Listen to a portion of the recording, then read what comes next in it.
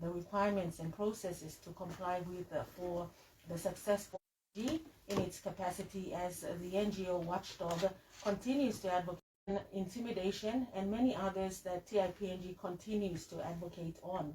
For awareness on free, fair and safe elections in 2022, we have with us this morning topic for this morning. As we continue on, it is our program number 5, I believe, with TIPNG and the Building Elections Integrity Through Partnership program. And as today does mark the 1st of April, and the significant month that does start off, the lead up to the national general elections. Ariane, over to you. What is TIPNG doing to strengthen elections integrity in 2022? Yeah, thank you, Josephine. I think first of all, it's important to say that the efforts or the work to strengthen elections integrity, especially for the 2022 national general elections, is really a responsibility for all of us in Papua New Guinea, whether we are voters, security personnel, people in the public service, those that are non-government organizations. All of us have a role to play in strengthening election integrity, and TIPNG plays a small part in that as well. And the work that we've been doing has really been focused on making sure that we do everything that we can to uphold the election integrity or the integrity of the electoral processes. We believe that citizens need vital information, they need accurate information and timely information in order to make more informed decisions when it comes to elections. For us at TIPNG, the more informed citizens are, the less likely corruption will occur in the elections. And if there's less corruption in elections, then the outcome will be one of integrity. And that's what we strive to do in all that we're doing. As you know, our business is really raising awareness about corruption and good governance. And this process of elections is really where we elect MPs that are going to manage or administer the laws. They're going to make decisions about the country's assets, the country's money.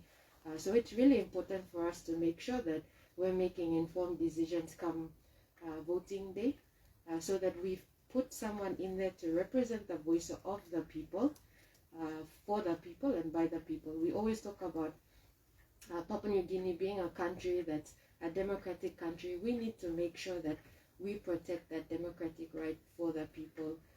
So some of the things that TIPNG has been doing in the lead up to the 2022 national general elections is really going out to provinces and trying to carry out awareness sessions, raising awareness with citizens, with voters about what their rights are, what their responsibilities are, providing a platform for the provincial election steering committees to also provide updates to stakeholders in the province, going out to schools to talk to young people that are going to vote for the first time about what they should keep an eye out for, making sure their name is on the roll, and important things that they need to know as they cast their first vote in this upcoming national elections.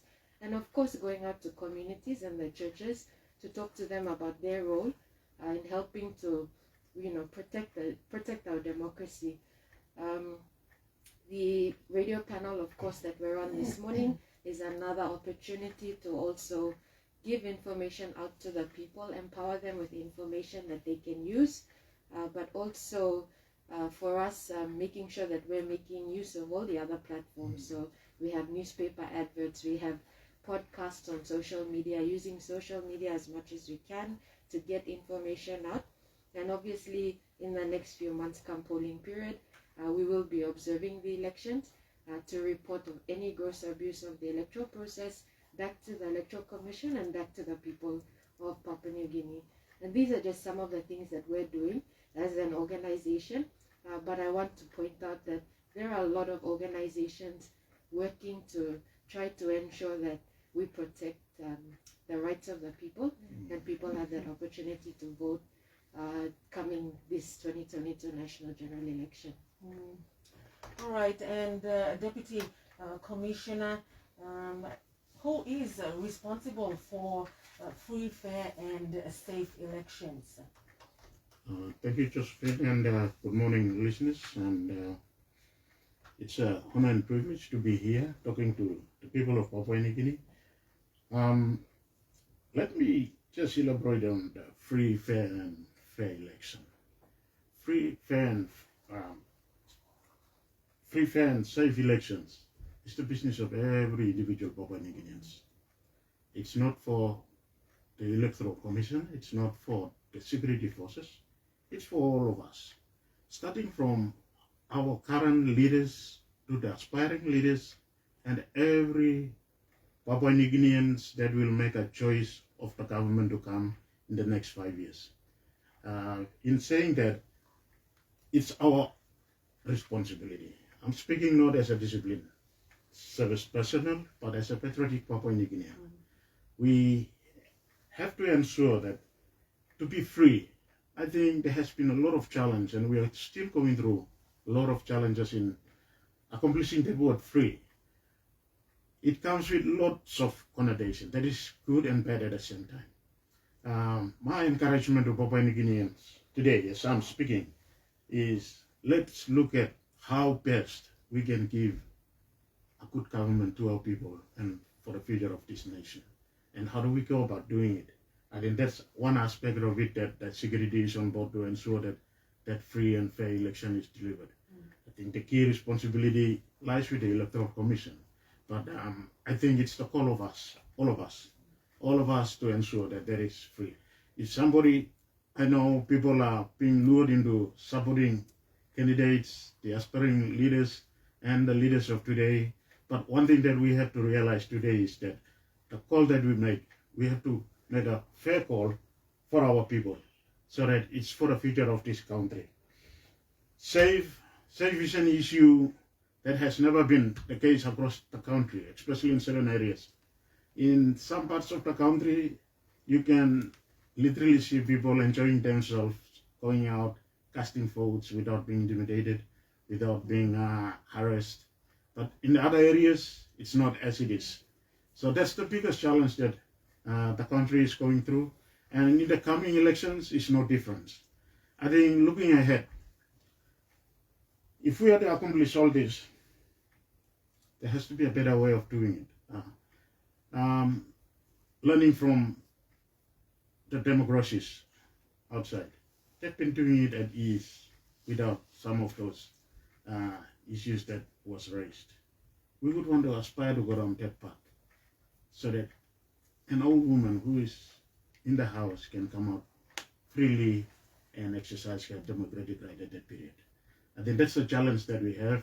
I think coming back to answering your question is it's the call of everyone, starting from the leaders, starting from the supporters down, even to the young and old. Some are just turning 18, they will be eligible to vote.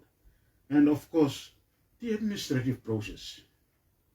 The administrative process should give leverage for people to make a fair decision. That is one challenge that we are going through at this point in time. It means that the preparation should be spot on, and people should be happy that they will be voting for a democratic government. I think that's all I can say from here. All right, and Ariane, how should everyday Papua New Guineans expect free, fair, and safe elections to look like? Yeah, I think just adding on to what Deputy Commissioner Correctional Services said, for us as Papua New Guineans, elections are not new to us. National general elections, we had them 2017, 2012, 2007. So there is experience there that we can learn from. There's lessons that we can learn. There's a number of recommendations that were made in numerous reports from past elections. And unfortunately, we have not been able to learn from those, reports that have come out. But we are 27 days out from the issue of writs. We are truly in the election period, the cycle. And for Papua New Guineans, what's important or what you should expect when we talk about free, fair, and safe is that you are able to cast your vote for the person that you want, the individual that you want, that you see has the qualities that you want to see in a leader, is a member of a party whose policies you support as well. We know that the Integrity of Political Parties and Candidates Commission, the NRI, have been holding a series of public forums to try to ensure that the people are aware of what political parties have as their platform or their policies. And so for you as a voter, or for us as Papua New Guineans, we should have access to all that information. That's what it means when we say free, fair, and safe. We have accurate, timely information that's provided to us. We can make informed decisions. When we go to the polling place, there are no issues. You can go check your name on the roll. You're not intimidated in the line. Everyone's following the line, the process that's there. You check your names on the roll. You can, get the indelible ink on, get handed a signed ballot paper, and you vote in the voting compartment. Put your ballot paper in, and no one at any point in time will interfere with that process. When we talk about free, fair, and safe, that's really what we expect, that every Papua New Guinean who is registered to vote, when they turn up at the polling place, can do so without fear or intimidation from anyone. This is us exercising our democratic right to vote, and it's important for us to make sure that we do everything that we can to protect that right for the people. So when we do talk about free, fair, and safe, that's what we want.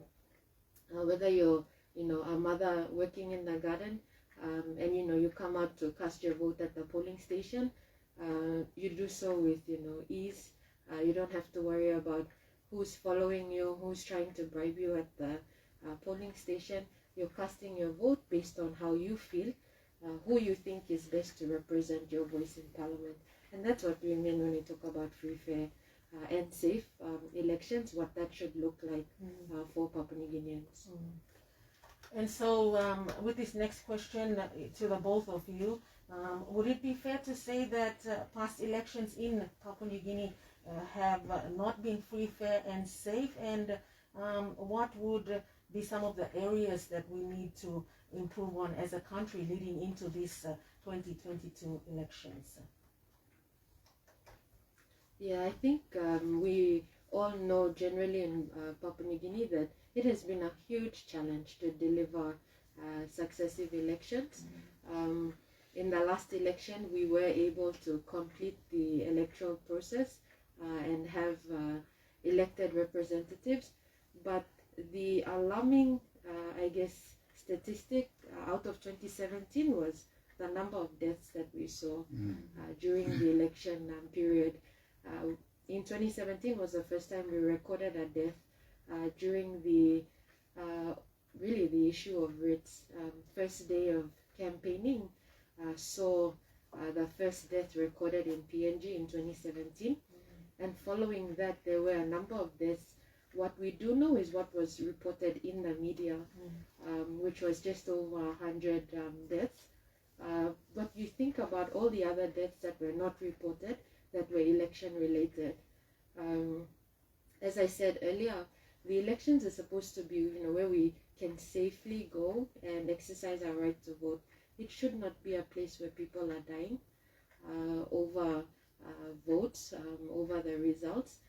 And when we talk about, free, fair, and safe, it's making sure that we reduce the amount of violence that takes place during elections.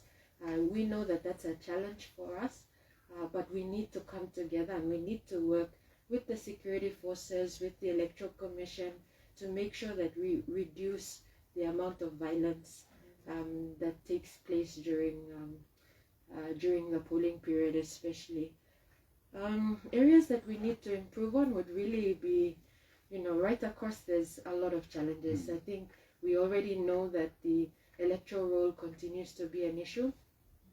Post 2022 elections, it will definitely have to be a key key area that we need to fix is the electoral roll, making sure that it's a role that is ready for the 2027 elections, and of course really looking at right across the entire process. And I think we need to stop waiting for the eve of the elections to start preparations. Election preparations should start immediately after the 2022 national general elections for 2027. And again, all stakeholders need to be involved, need to be engaged in ensuring that we can improve from 2022 and be much more prepared for 2027. Thank you. Let me say this. Preparation sets the tone for a better outcome. I think learning from the lessons in the past with the current, it's better to start, as Ms. Kasman has stated, straight after the election. There has to be a postmortem, and we have to get into preparing for the next coming election. That would set a better platform for all administrative processes, all partners to come into play, so that, as I've stated, preparation sets the tone for a better outcome. And the other key to it is there has to be enough information that is disseminated to the voting population. And one is the common role. It has to be at work when the parliament gets into when the new parliament starts, and that has to be at work. And I think that is where that is likely that it would flare up problems when people are not being given that opportunity to participate in demonstrating their democratic right at one time. So preparation is critical to us, and preparation should commence when the polling finishes declaration and the next parliament kicks in. There should be a preparation stage at that level up until the next election. I think that is what needs improvement at this point in time. And so what are the consequences of elections that are not free, fair, or safe? Yeah, I think it's a question that we seem to face a lot of the consequences of not having an election that's free, fair, and safe. I think as we keep reiterating in this discussion, it's really this election. It's a democratic process. It's a process of choosing our leaders that will represent us, leaders that will make decisions at the highest level for us. And as Deputy Commissioner has said, it's really something that we do through, choosing the leaders that we want. Now, if elections are not free, fair, and safe, really people don't get the right to exercise their democratic right to vote. They don't get to participate in the election as freely as they would. They don't get to choose someone that will represent them, represent their voices. There's so much talk about representation, but I think as Papua New Guineans, we really need to define what representation means, what it means to really represent the voice of your people or your electorate or your province. If we don't have free, fair, and safe elections, we won't have people that will be able to represent us fairly in Parliament. We won't have access to basic goods and services. It will affect a lot of decision making as well, because really people will be in there for their own benefit. And this is why TIPNG is involved and raises awareness about this, because if we don't protect the electoral process, it's going to be prone to abuse. If we don't do enough, corruption will unfortunately take over that process, and we'll end up in a situation where we don't get what the people want. And that's going to be a big consequence, is that ultimately the people will suffer. People will suffer as a result of us not having free, fair, and safe elections. And so touching on corruption, what does corruption look like in the PNG elections, and what are some of the forms that corruption can take? So electoral corruption, as we know, it limits the ability of people to participate, but especially women, and I want to make that clear, especially women. Women are unable to participate freely and fairly, safely in elections. If we are really to improve the election outcome for the people, we have to make sure that there's a level playing field for both men, for women, for marginalized groups, and all of us have a role to play in making sure that we can do that. But we can do this only by first ensuring that the procedures and the practices that occur reduce the occurrence of corruption in the elections. And when I talk about corruption, I'm really referring specifically to the abuse of entrusted power for private or personal gain. In the elections, we see corruption across a number of areas. We see this when voters sell their votes. We see this when candidates intimidate the voters or bribe the voters. We see this when electoral officials compromise the processes that are in place. We see this when security personnel are there to help local politicians or certain candidates. And we see this when journalists who are also in the pocket of certain candidates or incumbent decision makers who will have the power to influence processes or to retain their office or retain their position after the elections. The key thing I want to emphasize is that for us in Papua New Guinea, being aware of the electoral process is very important. Following the process is even more important. We know what the process is. We make every attempt to follow the process, and we make sure that we hold everyone to account to also follow that same process. That in itself displays the true spirit of the democracy that we aspire to be, the democracy that we deserve as a people. And I think that's really what's important for us if we want to do this, or run the election and have an election that will have the greatest outcome for our people. And you did highlight about making the elections an equal playing field for all.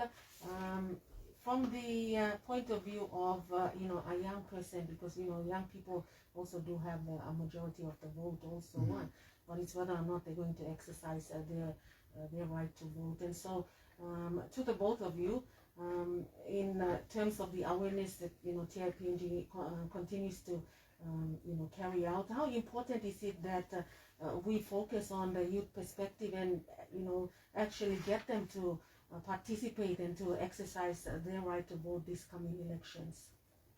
So over the last few months, we've been visiting different provinces and visiting especially high schools to talk to the first-time voters and those that will be casting their votes.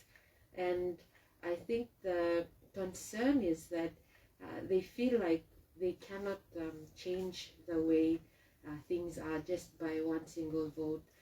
So it was important for us as an organization to make sure that we are encouraging young people to first of all register on the roll, make sure that you go to your nearest electoral office to do that, because this is a right that you have as a Papua New Guinean over the age of 18, and this is the process that we have in place that allows us to select the people who will represent us. Yes, there are challenges, but young people need to be part of this. They need to be part of this choosing who is going to represent us so that they have a seat at the table. I've met a lot of young people that are really trying to work in their spaces to improve the process where they are, try to educate and inform their people as well.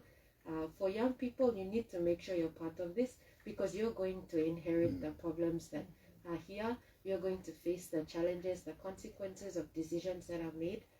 So you have to be in it to make sure that you are part of improving this process. You are part of bringing the change that we desperately need for this country. And really that's where our hope is, in making sure that the young people have all the information that they need. They're able to make decisions, and we continue to ensure that they also uphold the highest standards of integrity in all that they do. so that our future for Papua New Guinea can be better. We can get better. It just needs that everyone needs to work together to make this happen. When it comes to this period, I think the major players of this is the young people, the youths. It's not necessarily the wife and the children and the old. The youths are the ones who can either make or break the process. So as Ms. Kasman has stated, getting the right information across to them to be responsible is what is needed at this point in time. If there is any assessment that you would want to do to see that there is a free, fair, and safe elections, that's the target group that we have to go down to. And that is where we have to focus our attention on and give them enough information that they require so that they are consumed with those information that they can make decisions and they can help even the process. So very critical at this point in time. Our youths are the critical ones that will make the decisions. Good or bad, they are the ones up at the front line. They will be taking the challenges on. And they are the ones that, whether they like the process or they don't like the process. So I think that's very, very critical. Half of our population of this country are young people. And I think the focus should go that way. And we're only a month away from the issuing of writs and casting votes and campaign. But whatever time that we have, I think the partners and the stakeholders who are responsible to discharge information, I think this is the target group that we have to focus on.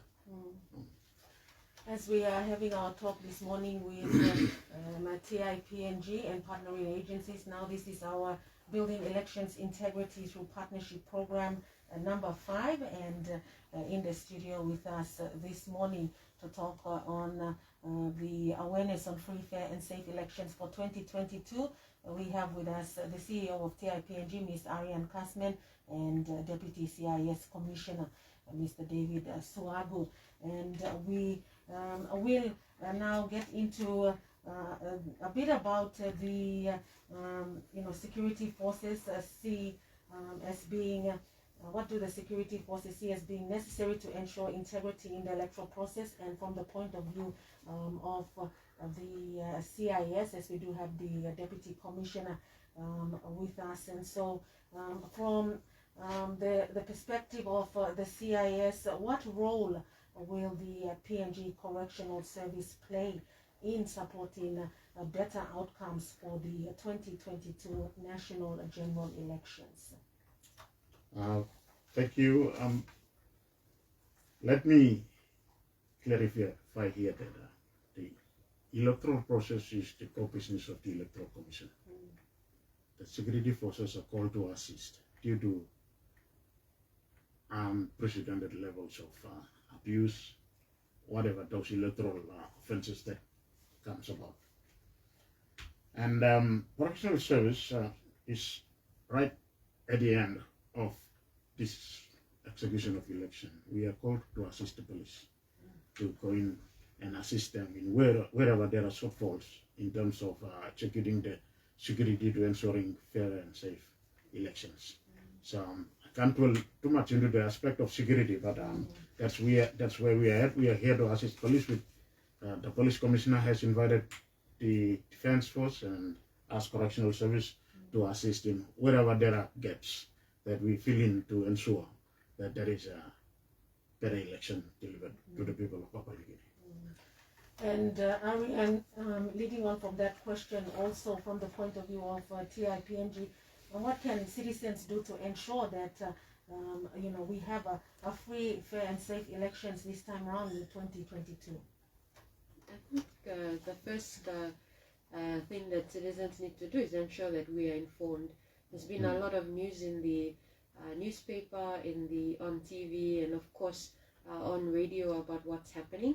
And I know it can seem like a lot as well, but it's so important to stay informed about what's happening when we look at the updating of the roll, when we look at when do nominations open, when should nominations close, when does the campaign period start, and when should it end.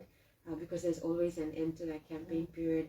So it's always important for, first of all, for us to keep informed about what's happening, making sure that you understand what your responsibilities are as a voter. So you need to make sure that you go out and find out as much as you can about the candidates that are standing for election, what parties they're aligned to, what platforms they are.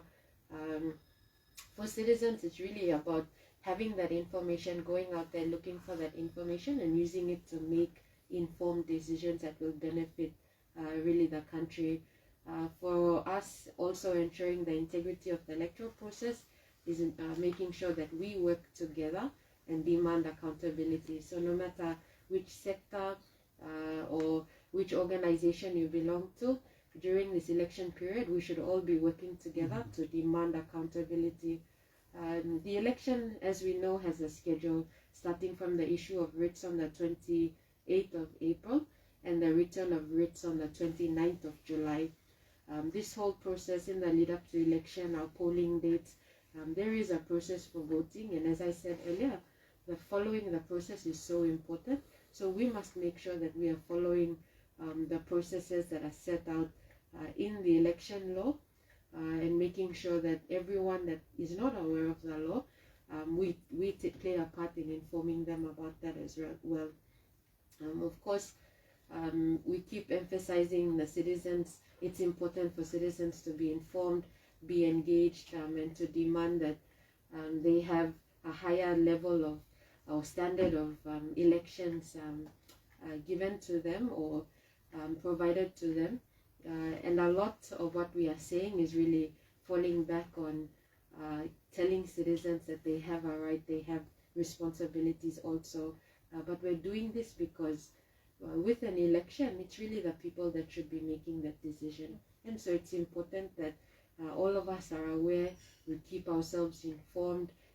If we are unsure about what the process is, we find out who we can get information from. Is it the Electoral Commission? Is it the churches? Do we go through the churches? Do we go through, which network do we need to go through to get the information we need? But the information is out there. And of course, as an organization, if anyone requires information about the elections or about the elections process, we are available. You can contact us on our phone numbers 3234917 or 3237517, or you can send us a message on our various social media platforms, and we'll be happy to assist with providing that information that you need to ensure that we have free, fair, and safe elections. And at the start of our conversation, also did highlight a bit about reducing the amount of violence, and from the past elections, a number of deaths in the past elections. This question to the Deputy Commissioner CIS, we've had instances of violence in past elections, including a number of extreme cases over the years. And so how do we prevent this from happening for these 2022 general elections? As I've stated earlier, the lead agency is police, and I think they are doing all the surveillance and intelligence to ensure that all the strategic areas are covered in terms of security, so that the level of violence should be minimized. In saying that, the level of violence is something that we cannot say no to this country. And I think the police commissioner and his team are tirelessly working around the clock so that we identify where those hotspots are, high-risk areas are, so that the target and the focus will be there to address those issues. Not everything, but given the geographical difficult challenges that we have, it might not cover every areas, but I'm pretty sure the team working behind the scenes to ensure that to cover up all so that there is a fair election is taken on board now, and they're working tirelessly around to ensure that there is a fair election delivered to the people of Papua New Guinea. Well, thank you for that. And TIPNG, how important is it that all PNG citizens take responsibility, as that is a very important word, responsibility, for ensuring a successful 2022 national general elections, and what is the best way of exercising this responsibility? So elections, they're really a key period, and we've been talking about this throughout this discussion. It's a key period where citizens can take action against corruption during the elections, and this is either through voting for candidates or parties with a clear deliverable agenda on anti-corruption or for anti-corruption, or through opposing electoral corruption during the 2022 national general elections. And I outlined some of that electoral corruption that that I'm referring to. It's when you sell your vote, or when you are bribed by a candidate. It's so important that we make sure that we are saying no to any form of corruption in this electoral process. In the 2022 national elections, it requires all stakeholders, and I think that's a key message that myself and the Deputy Commissioner Correctional Service have been emphasizing. It really requires all stakeholders being able to identify where the corruption risks are in the areas that you are working in, or the spaces that you're working in during this election period, and taking meaningful approaches to reduce its impact on the elections. That's going to be critical as we are 27 days out from the issue of writs. We must inform our voters. We must demand accountability from candidates. We must push for adherence to procedures by our electoral officials and security personnel. But at the same time, we should also call for integrity of all the office holders to not abuse public office for personal gain, especially during these elections. If we can do all of this, all these things that I've mentioned, if we can do them with one voice, we can ensure a free, fair, and safe election that Papua New Guinea deserves. Thank you for that. We've just got a few minutes before we reach the news time, and so we will sum up our conversation this morning, and I will leave it to the CEO TIPNG, Ms. Kasman, as well as over to you, Deputy Commissioner, your a key message to the people of Papua New Guinea, as today is the 1st of April, and we are counting down to the issue of writs and the start of these general elections for 2022. Thank you. This is my general appeal to all the partners and stakeholders who are participating in the 2022 general elections. This is the only time that we give opportunity to our people. If there is anything that we could do, is to do it transparently and be fair and honest to our official positions, and let's give what our people deserves. If there are any influences of that is not in the best interest of this country, we should have to put it aside. Let's go for elections and do it diligently by processes, the systems that are in place, and let's deliver a government that our people deserves. Thank you. I just want to re-emphasize the points that Deputy Commissioner has mentioned. It's so important. I know we're only 27 days out, and a lot of people will say that everything is last minute. It's happening so fast. It's difficult for people to keep up. But it's so important that at this critical time, with the 3 or 4 weeks that we have left, that we keep ourselves informed. We engage in the process. We question what's happening. We have to stay informed about what the process is, so that we know when it's not going right, when someone is abusing the process, and we can say something about it. But for all the stakeholders that are involved in this process, we have to work together. We have to work together for the good of the people. We have to make sure that we are all doing this to deliver a safe, free, fair, and safe election, and uphold the highest standard of integrity during this period. When we do come to the return of writs and the call to form government, the next step will happen, and we still need people to engage in that process post-election, looking at what the lessons learned are, what do we need to have in place to ensure that we are fixing the issues that came up in 2022, and that's important for us to also keep an eye on what's going to come after this election. But my encouragement again to all our voters out there, please check to ensure your name is on the roll. If you haven't been able to do that, please contact the Electoral Commission office in your province to make sure that you have the information that you need to get your name checked, updated on the roll. You still have time. Closing of all of the registering of names on the roll is really when issue of writs occur. So there is time, and let's make use of that time so people can exercise their right to vote. Thank you so much for that. And lastly, maybe a preview of next week's talk as we continue on with our building elections integrity through partnership, and that will happen for next week, Ariane, and we will have more of the discussion. So this is the time where you need to make responsible decisions. That's a key message that we are trying to impart here to you as the time does draw nearer, and TIPNG will join us again next week for another discussion around that program number 6. But we leave it at that. Thank you so much to the both of you for taking the time out to speak to us this morning here on our building elections through building elections integrity, rather, through partnership program number 5. And until next week at the same time, 9 o'clock, where we will have another discussion to share with you, all in the lead up to this year's National General Elections 2022. We have the news coming up in the next minute, and after that, more stories to share with you this Friday, the 1st of April, 2022.